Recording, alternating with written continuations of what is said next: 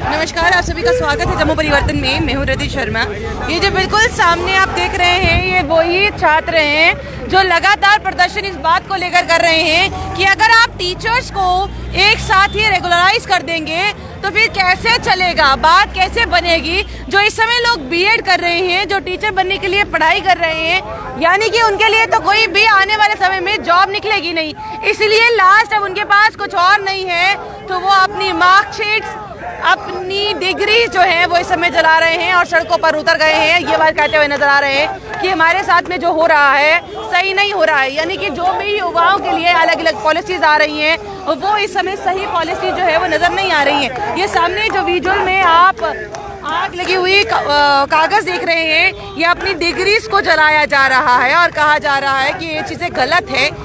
और जितनी भी इस समय रिक्रूटमेंट पॉलिसीज को बात किया जा रहा है कि वैसे तो कोई पॉलिसी बन नहीं पा रही है रिक्रूटमेंट पॉलिसी, बट जिस तरीके से पॉलिसीज के लिए फ्रेम करने की कोशिश भी की जा रही है, आपको बता दें कि वो भी कहीं ना कहीं परेशानी का सबब जो है वो जरूर इस समय बना हुआ है।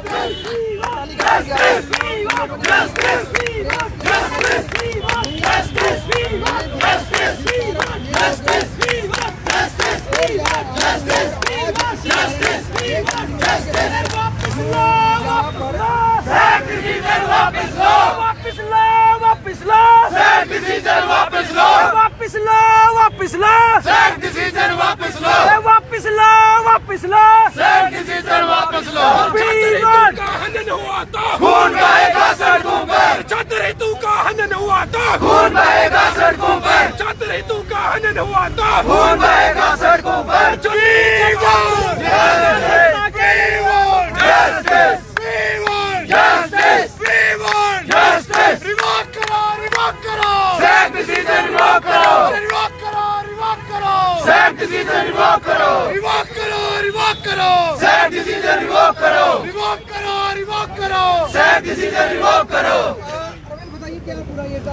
तो ये लगातार आप देखिए, ये लगातार इनके प्रदर्शन जो है वो पहले भी इन लोगों ने प्रदर्शन किया, पहले प्रेस कॉन्फ्रेंस की, कल इन्होंने जाकर बातचीत भी करने की कोशिश की कि भैया हम अपने एडवाइजर साहब को इस बारे में जानकारी दे दें।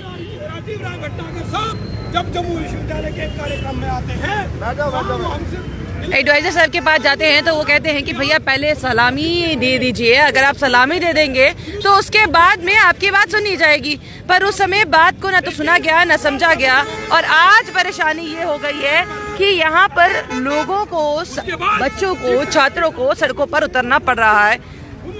आखिरकार सड़कों पर उतरना पड़ ही गया। लगता है कि अब छात्रों को सड़कों पर जब तक उतरेंगे नहीं तब तक उनकी बात को कोई सुनेगा नहीं। मैम, ये चीज़ें तो आमतौर पे देखने को मिल रही है। अगर पॉलिसी सही तरीके से फ्रेम की जाती तो क्या छात्र सड़कों पे उतरता? हालांकि कल हमने जैसे कल भी बताया था कि डेमोक्रेटिक वे से हम लोग मिलने गए थे, लेकिन ब्यूरोक्रेट्स की तरफ से कोई पहल ना उनकी तरफ से हुई। हमने अपनी ओर से पहल कर करके उनसे मिलने गए, क्योंकि वो लेफ्टिनेंट गवर्नर के एडवाइज़र राजीव राव भटनागर जी यहाँ जोरावर ऑडिटोरियम में आए थे। उन्होंने कहा था कि आप लोग सेक्रेटरीट में आकर के हमसे मिले। हम लोग डेमोक्रेटिक वे से उनसे मिलने गए भी, लेकिन उधर वीवीआईपी कल्चर चल रहा है। जो इन्फ्लुएंशियल है उससे वो डायरेक्टली मिल सकता है, आम लोगों की सुनवाई नहीं है। अगर इस तरीके की एंटी यूथ पॉलिसीज जो है ये ऐसी फ्रेम होती रहेंगी तो सड़कों को पे हम लोग यूथ को आना ही पड़ेगा। जो टीचर्स इस समय बनना चाहते हैं, लगभग क्या लगता है कितने साल तक वेट करना पड़ेगा? मैम, अभी हमने अपनी डिग्रियां जलाई हैं तो यही चीजें आगे भी होती ही रहेंगी। बीएड वालों को तो ये नहीं पता है कि आरईटी जो 42,000 के आसपास उनको रेगुलराइज कर रहा है। हमें मैम आरईटी से कोई आपत्ति नहीं है। जो ये गूंगे ब्यूरोक्रेट्स बैठे हैं, इनको क्या पता नहीं था पॉलिसी किस तरीके से फ्रेम करनी है? 100% ये अगर on the basis of promotion ही रेगुलराइज करेंगे तो फ्रेश रिक्रूटमेंट ये कब करेंगे?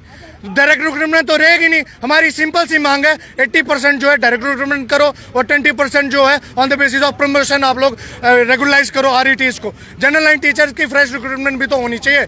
जो बीएड, एमएड, एमफिल, पीएचडी करके जो यूथ बैठा हुआ है वो कहाँ जाएगा? आमतौर से सड़कों पर ही आपको लोगों को दिखेगा प्रोटेस्ट करता, अपने हकों के लिए लड़ता हुआ, और उसी तरीके से आज भी आपको ये देखने को मिल रहा है। और ये बिल्कुल सामने दोबारा से आप देखने की कोशिश कीजिए कि इन लोगों ने लास्ट में कोई और ऑप्शन नहीं बचता तो अपनी डिग्री ही जला देंगे।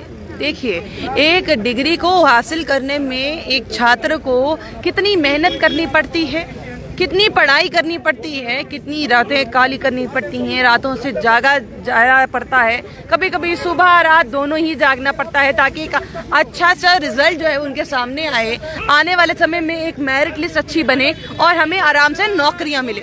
यही तो बात होती है। पर इस समय देख लीजिए कि ये सारे जो है यहाँ पर प्रोटेस्ट करते हुए नजर आ रहे हैं, अपनी डिग्रियां जलाते हुए नजर आ रहे हैं, पर फिर भी ना तो कोई बात को सुना जा रहा है ना ही समझा जा रहा है। तो सबसे पहले वहाँ का खिलवाड़ सेक्रेटरीट के बाहर जब कोविड टेस्ट की बात की, टेस्ट बाद में, सैम्पलिंग बाद में हो रही है और हमें रिपोर्ट पहले दी जा रही है। सीधा का सीधा जो इतना वहाँ पे ब्लंडर चल रहा है। उसके बाद जब हम पूरा दिन भटकते रहे तो हमें पागलों की तरह भटकाया गया। एक संगठन के बंदे अगर हमारे साथ ये हाल है तो मैं ये दावे के साथ कह सकता हूँ कि जो आम बंदा होगा वो कभी सेक्रेटरीट के दरवाजे पर पहुंच ही नहीं सकता, उसका कभी भी काम जो है वो हल हो ही नहीं सकता। जिस तरीके का वहाँ का जो बाबू लोग हैं उन्होंने अपना जो एक वीआईपी कल्चर वहाँ पे रखा हुआ है वो एक बहुत जो है शर्मनाक की बात है। डेमोक्रेसी, एक डेमोक्रेटिक के कंट्री में होते हुए हमें ऑटोक्रेसी जैसा व्यवहार मिल रहा है, ये बहुत ही शर्मनाक बात है। होने के बावजूद इस तरह का व्यवहार हुआ तो फिर मतलब बाकी छात्र यूनिवर्सिटी के कई सारे मुद्दों को लेकर बाहर करते हैं, उनकी कोई भी सुनवाई नहीं उस हिसाब से बिल्कुल नहीं हो रही है। अगर एक छात्र संगठन जो पूरे विश्व का नंबर 1 छात्र संगठन है, अगर उसके प्रदेश मंत्री हमारे साथ थे, उसके सब जो है प्रदेश के पदाधिकारियों को अगर उनके साथ ऐसा दुर्व्यवहार होता है तो एक आम छात्र जो है वो कभी वहां पर पहुंच ही नहीं सकता है, उसका कभी आप सोच ही नहीं सकते हो। तो जिस तरीके की वो ऑटोक्रेसी है वहाँ पे, जिस तरीके के वो वहाँ पे डिक्टेटरशिप चला रहे हैं, उसको हम आज का जो छात्र है वो कतई भी बर्दाश्त नहीं करेगा। डिग्रियां जलाना, स्कॉलर्स भी हैं और देखिए जिस तरीके से डिग्रियां जलाना एक बहुत बड़ी बात होती है। आज डिग्रियां जलाई गई है। देखिए जैसे कि मैंने पहले बताया कि जिस तरीके से हम खून पसीना एक करके, दिन रात मेहनत एक करके हम डिग्रियां हासिल करते हैं, किस लिए? ताकि हमारे एक अच्छा भविष्य उज्जवल होगा, एक अच्छा कैरियर बनेगा, हम एक अपने और साथ साथ समाज की जो है हम एक डेवलपमेंट या अपने जो है योगदान दे सकेंगे। लेकिन दुर्भाग्यपूर्ण जिस तरीके की जम्मू कश्मीर का जो एलजी प्रशासन है, वहाँ की जो सरकार ने हमारे यानी कि एंटी यूथ के अगेंस्ट में जो पॉलिसीज निकाली है वो सीधा सीधा हमारे कैरियर के साथ खिलवाड़ है, हमारी इन डिग्रियों के साथ खिलवाड़ है। तो आज हमने ये निर्णय किया, जब अगर ये डिग्रियां हमारे काम की नहीं है तो हमने इनको क्या करना है, इसलिए आज हमने इनको जलाने का निर्णय किया हुआ है। जब डिग्रियां किसी काम की रह ही नहीं जाएंगी, जब डिग्रियां कहीं काम आएंगी नहीं, सिर्फ और सिर्फ एक पेपर जो है वो हाथ में बन के रह जाएगा, तो वो डिग्रियां किस काम की? क्योंकि डिग्रियां करने का मतलब ये होता है अपने आप को लोगों के सामने ये बताना कि देखिए, अगर कोई एक शख्स सामने आ रहा है जो एक 12th पास है और एक शख्स जो सामने आ रहा है जो डिग्री होल्डर है, तो वेटेज जो है कहीं ना कहीं डिग्री होल्डर को दी जाती है। अब वैसा ही हाल कोई एक्सपीरियंस और फ्रेशर का होता है तो वेटेज जो है वो एक्सपीरियंस को मिलती है। यानी कि जो लोग सामने आ रहे हैं पढ़ के, उनके लिए आपके पास कुछ भी नहीं है और आप एक अलग सी पॉलिसी बनाकर जितने भी टीचर्स हैं उनको आप रेगुलराइज करिए। देखिए, अगर वो अपनी बात रखेंगे तो वो भी हमें अब आपके सामने बात रखनी पड़ेगी, पर जो बात छात्रों की है, हम छात्रों को किस तरह से अवॉइड कर सकते हैं, बात तो वो भी है ना।